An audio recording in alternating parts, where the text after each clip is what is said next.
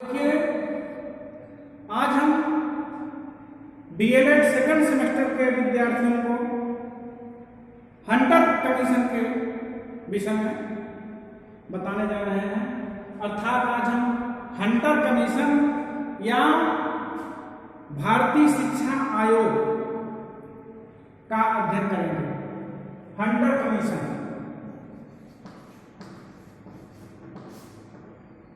यानी हंटर आयोग।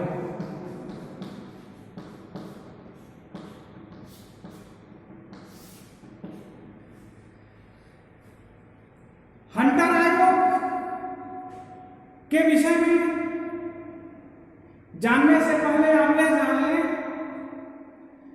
कि जो लॉर्ड रिपन था उसने 3 जनवरी 1882 को भारतीय शिक्षा आयोग का गठन किया, अर्थात हंटर आयोग का गठन किया। कब? 3 जनवरी 1882 को। 3 जनवरी 1882।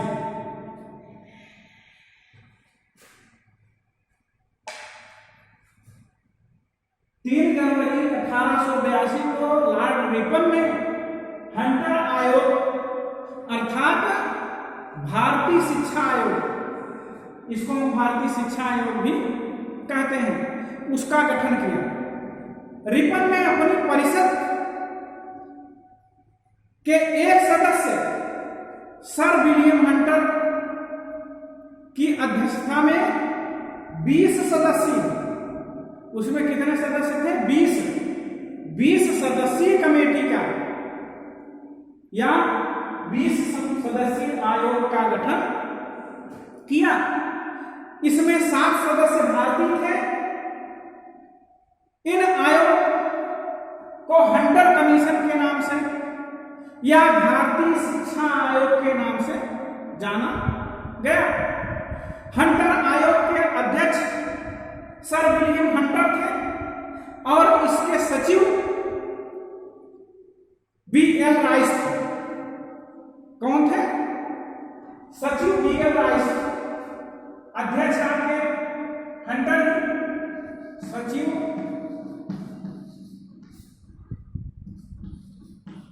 बीएल राइस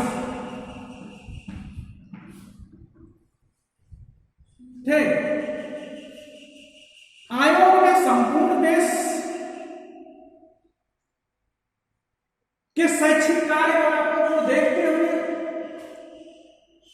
उसके गहन जांच का अध्ययन करने का आदेश दिया और कहा कि शिक्षा की गंभीर परिस्थितियों का आकलन करके रिपोर्ट प्रस्तुत किया जाए, जिसमें मार्च 1883 में, कब?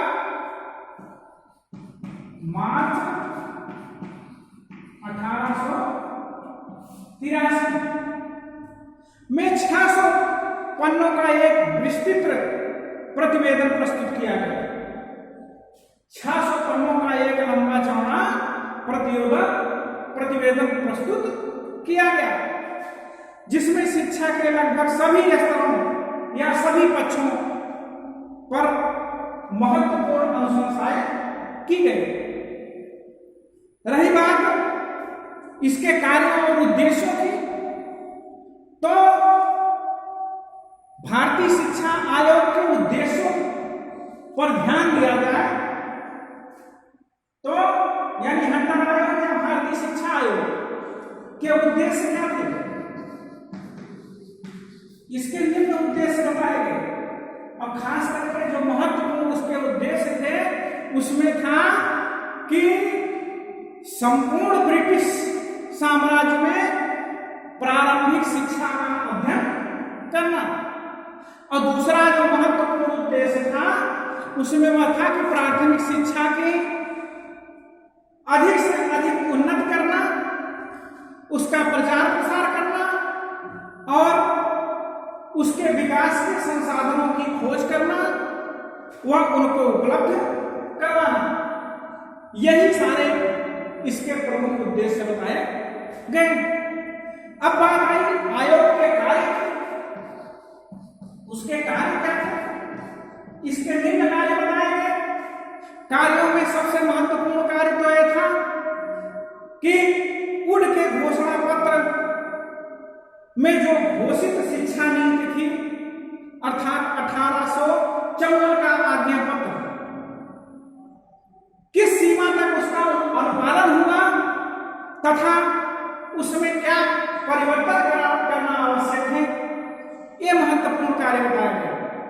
और दूसरा उसका महत्वपूर्ण कार्य बताया गया कि क्या उड के घोषणा पत्र के आदेशों को या उनकी सिफारिशों को की पुनरावृत्ति की गई कि नहीं, अर्थात उसको दोहराया गया कि नहीं दोहराया गया तो क्या उसको दोहराया जा सकता है।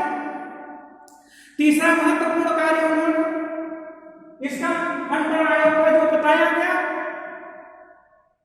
वो, यानी भारतीय शिक्षा आयोग या हंटर आयोग का जो तीसरा महत्वपूर्ण कार्य बताया गया, उसमें प्राथमिक शिक्षा की उन्नति का सुझाव देना खास करके बात बताई गई।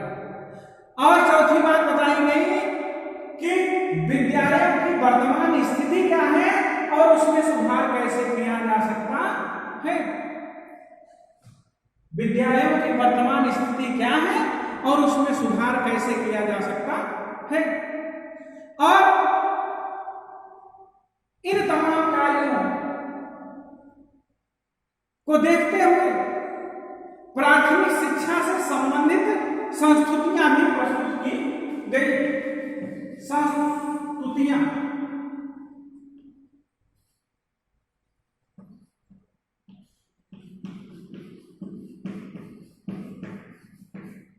ये जो संस्तुतियां थी वो जो प्रस्तुत की गई, उसमें हम देखते हैं कि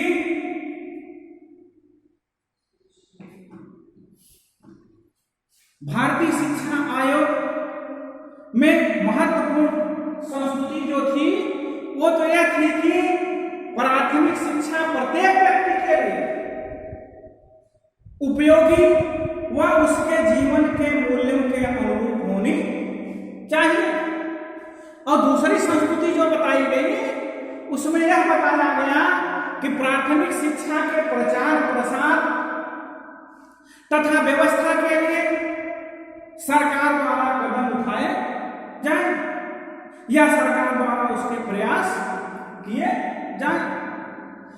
अगली बात तो उसमें यह बताई गई कि शिक्षा को केवल पढ़ाई के रूप में नहीं ध्यान देना है, अर्थात शिक्षा को मात्र पढ़ाई तक न रख करके सामान्य शिक्षा के लिए लिया जाए ताकि उनका शारीरिक और मानसिक विकास भी हो सके।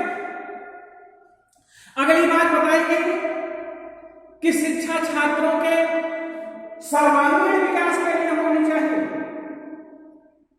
कोई एकांकी विकास नहीं, बल्कि जो शिक्षा दी जाए वह छात्रों के सर्वांगीण विकास के लिए होनी चाहिए। और पाठ्यक्रम की बात अगर आती है तो उन्होंने बताया कि पाठ्यक्रम में ऐसे विषयों को सम्मिलित किया जाए ताकि छात्र अपने पैरों पर खड़े हो सके। और लास्ट पॉइंट उसमें यह बताया गया कि प्राथमिक शिक्षा का माध्यम जो हो वो देसी भाषाओं में होना चाहिए, अर्थात प्रांतीय भाषा। देसी भाषा का मतलब प्रांतीय भाषाओं में होना चाहिए। तो ये था आपका शिक्षा आयोग अर्थात हंटर आयोग या हंटर कमीशन के उद्देश्य, कार्य और संस्तुतियां। अब बात आई उन संस्तुतियों में, अभी तो प्राथमिक स्तर की बात कहेंगे, अब माध्यमिक में क्या बताते हैं, क्योंकि प्राथमिक माध्यमिक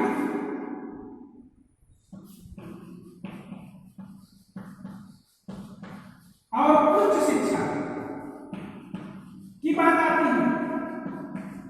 तीनों पर इसका दृष्टिकोण क्या है? प्राथमिक, माध्यमिक और उच्च शिक्षा, तीनों के लिए अलग अलग संस्कृतियों की बात। अभी हम तो केवल प्राथमिक की बात बताए। माध्यमिक शिक्षा पर सरकार का कर्तव्य है कि वह प्रत्येक जिलों में माध्यमिक विद्यालयों का निर्माण करे, अर्थात माध्यमिक विद्यालय की स्थापना करे और इसके बाद उसमें अधिक से अधिक प्रयास करते हुए उसका उत्तरदायित्व व्यक्तिगत प्रयासों पर छोड़ देने चाहिए। क्योंकि जब हम प्रत्येक जनपद में माध्यमिक विद्यालयों की स्थापना करेंगे तो और प्रयास उसमें वहां के व्यक्तिगत लोगों पर छोड़ देंगे तो निरंतर शिक्षा की दृष्टि से अग्रसर होता चला जाएगा। अब बात आई हंटर कमीशन की रिपोर्ट में जो माध्यमिक शिक्षा के उद्देश्य की बात। अभी माध्यमिक शिक्षा का क्या उद्देश्य होना चाहिए? तो उसमें सबसे बड़ा उद्देश्य जो बताया कि जीवन उपयोगी शिक्षा होनी चाहिए। माध्यमिक शिक्षा कैसी हो?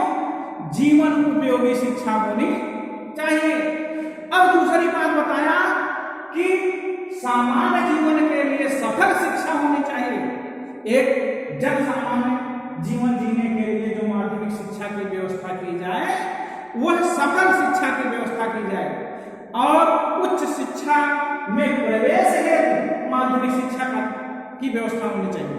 माध्यमिक शिक्षा ऐसी होनी चाहिए, उसका उद्देश्य ऐसा होना चाहिए कि माध्यमिक शिक्षा प्राप्त करने के बाद वह उच्च शिक्षा में प्रवेश कर सके। अब बात आई कि माध्यमिक शिक्षा पर जो संपूर्ण कार्यभार किस पर निर्भर होना चाहिए? तो वहां का कार्यभार एवं संचालन कुशल एवं धनी तथा प्रतिष्ठित व्यक्तियों पर होना चाहिए। कुशल एवं धनी का मतलब प्रतिष्ठित व्यक्तियों पर छोड़ देना चाहिए। और शिक्षा के स्तर में सुधार करने की बात अगर आई तो इसमें माध्यमिक शिक्षा के लिए प्रशिक्षित अध्यापकों का चयन भी होना चाहिए, अर्थात प्रशिक्षित शिक्षकों की नियुक्ति पर विशेष बल दिया जाना चाहिए। अगली बात अगर आई तो अगर प्रशिक्षित शिक्षकों के नियुक्ति पर तो उनके लिए शिक्षक प्रशिक्षण महाविद्यालयों की भी स्थापना होनी चाहिए, अर्थात जब तक शिक्षक प्रशिक्षक महाविद्यालय की स्थापना नहीं होगी तब तक हमको प्रशिक्षित अध्यापक नहीं मिल पाएंगे। यह था माध्यमिक शिक्षा आयोग का उद्देश्य। अब बात आई उच्च शिक्षा, तो उच्च शिक्षा के संबंध में हंटर कमीशन या भारतीय शिक्षा आयोग ने बताया कि उसका उद्देश्य बताया कि उच्च शिक्षा की प्राप्ति, दूसरा यानी उच्च शिक्षा से उच्च ज्ञान, सर्वोच्च ज्ञान मिले लोगों को, और दूसरी बात विशिष्ट योग्यताओं का विकास होना चाहिए। हमारे अंदर जो सामान्य योग्यताएं हैं वो विशिष्ट योग्यताएं हो जाए और मनुष्य को यानी बालक को, विद्यार्थी को, छात्र को अपने कर्तव्यों का ज्ञान होना चाहिए। और विशिष्ट शिक्षा द्वारा प्रत्येक विषय के अध्यापकों द्वारा उसका विश्लेषण किया जाना चाहिए। तो ये उच्च शिक्षा का उद्देश्य था। अब उसमें प्रशासन की बात आई या उसकी व्यवस्था की बात आई तो उच्च शिक्षा हेतु महाविद्यालयों की स्थापना पर विशेष बल दिया जाना चाहिए।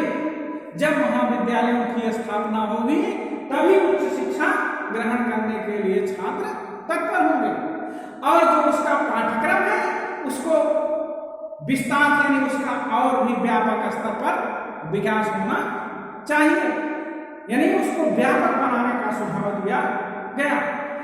अब उसमें आ गया प्राध्यापकों की नियुक्ति के संबंध में, तो आयोग ने यह सुझाव दिया कि महाविद्यालयों में प्राध्यापकों की नियुक्ति करते समय यूरोपीय विश्वविद्यालय में शिक्षा प्राप्त करने वाले भारतीयों को ही प्राथमिकता या वरीयता दी जानी चाहिए। अगली बात उसमें यह बताई गई कि बालिकाओं के लिए शिक्षा में वृद्धि करने हेतु बालिका विद्यालय की स्थापना होनी चाहिए और बालिकाओं को निःशुल्क शिक्षा देने की व्यवस्था होनी चाहिए। अब बालिकाओं के अलावा अगर अल्पसंख्यक व पिछड़ा वर्ग की बात आती है तो उसमें यह सुझाव दिया गया कि मुसलमान बच्चों के लिए अलग से अर्थात पृथक विद्यालय खुलने चाहिए। तो इन सब बातों पर विशेष ध्यान देते हुए हम यह कह सकते हैं कि हंटर आयोग अर्थात भारतीय शिक्षा आयोग ने शिक्षा के बढ़ते हुए कदम को निरंतर आगे बढ़ाने का काम किया और थोड़ी गंभीर विषय वस्तुओं को शिक्षा के समस्त शैक्षिक पहलुओं को ध्यान में रखते हुए कार्य करने का काम किया। तो इसमें अल्पसंख्यक, अन्य पिछड़ा वर्ग, अनुसूचित जाति, अनुसूचित जनजाति के छात्रों पर भी विशेष ध्यान देने की बात कही। अब बात आती है हंटर आयोग के गुण या भारतीय शिक्षा आयोग के गुण। इसमें क्या अच्छाइयां आपको दिखाई दी? तो सबसे पहली बात तो यह बताया गया कि हंटर कमीशन ने सर्वाधिक महत्वपूर्ण कार्य यह किया कि उसने वुड के घोषणा पत्र की बात या 1854 में वर्णित भारतीय संदर्भित सुझावों को ही अपने आयोग में पुनः दोहराने का काम किया। अर्थात वुड के घोषणा पत्र को, वुड डिस्पैच को की पुनरावृत्ति करने का काम किया, पहला गुण। और दूसरे गुण की तरफ चलते हैं तो उसमें यह बात सामने आती है कि इस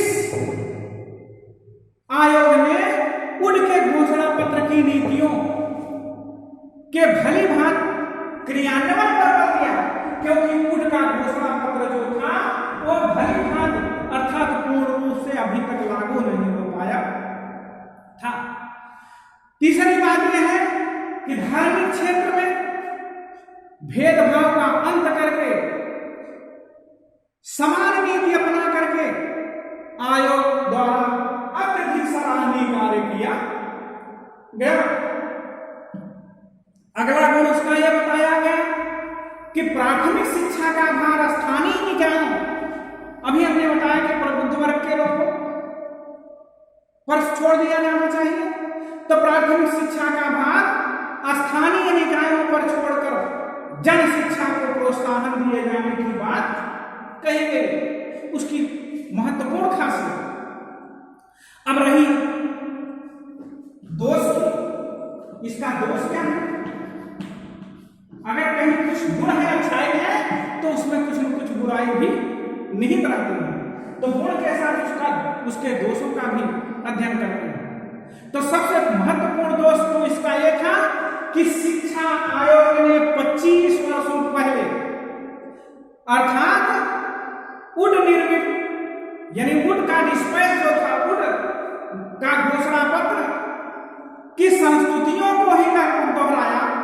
तो जो 25 साल पहले की बात हम दोहरा रहे हैं, तो उस समय विषम परिस्थितियों की बात करते हैं, परिस्थितियां बदल गई, समय बदल गया, तो उसको दोहराने से अर्थात उसकी पुनरावृत्ति करने से बहुत विशेष लाभ नहीं दिखाई देगा, क्योंकि परिस्थितियों व आवश्यकताओं में उस समय काफी अंतर दिखाई दे रहा था। तो आवश्यकताओं और परिस्थितियों के अनुसार उसको दोहरा करके नहीं बल्कि उससे अग्रसर होना चाहिए। अर्थात दोहराने का मतलब है हम काफी पीछे छूट रहे हैं। दूसरी बात, शिक्षा को पूर्णतः स्थानीय निकायों पर जो छोड़ने की बात कर दी गई या व्यक्तिगत स्तर पर स्थापित करने की बात की गई, तो उससे शिक्षा के स्तर में विशेष गिरावट आई, क्योंकि शिक्षा ऐसा पहलू है जो व्यक्तिगत स्तर पर कभी सफल नहीं हो सकता है। और तीसरा महत्वपूर्ण इसका दोष यह है कि इस आयोग ने अंग्रेजी शिक्षा अर्थात अंग्रेजी भाषा व संस्कृति का वर्चस्व पूर्णतः बनाए रखने का काम किया, जो शिक्षा के लिए महत्वपूर्ण भूमिका अदा नहीं करता। इसमें कहीं न कहीं क्षेत्रीय भाषाओं का भी सम्मिलित होना आवश्यक होता है। देसी भाषा, क्षेत्रीय भाषा, प्रांतीय भाषा का बिना उल्लेख किए हम निरंतर आगे नहीं बढ़ सकते। और लास्ट इसका जो अवगुण दोष बताया जा रहा है उसमें है भारत की जनसंख्या के अनुपात में धन का आवंटन अपर्याप्त रूप से दिया गया, यानी पर्याप्त रूप से न दिया जाना ही उसका महत्वपूर्ण दोष कहलाया। अर्थात जितनी जनसंख्या है उस आधार पर इसको और भी धन अवमुक्त कराने की आवश्यकता थी। तो यह था हंटर आयोग अर्थात भारतीय शिक्षा आयोग के उद्देश्य, कार्य, संस्कृतियां, गुण और दोष, इसका हम भली भांति अध्ययन कर चुके हैं। अब इससे संबंधित आपका प्रश्न होगा, हंटर आयोग के कार्यों का उल्लेख करते हुए उसके गुण और दोषों की विवेचना कीजिए। अर्थात हंटर आयोग के उद्देश्यों का वर्णन करते हुए उसके गुण व दोषों का उल्लेख कीजिए। यह आपका प्रश्न है। प्रश्न के बाद हम सुनेंगे।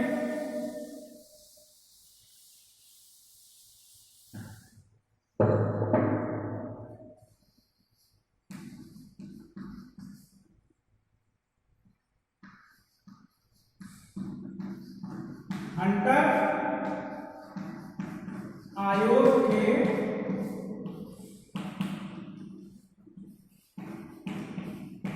उद्देश्य का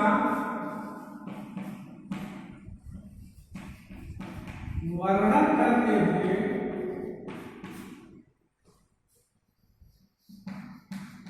उसके गुण व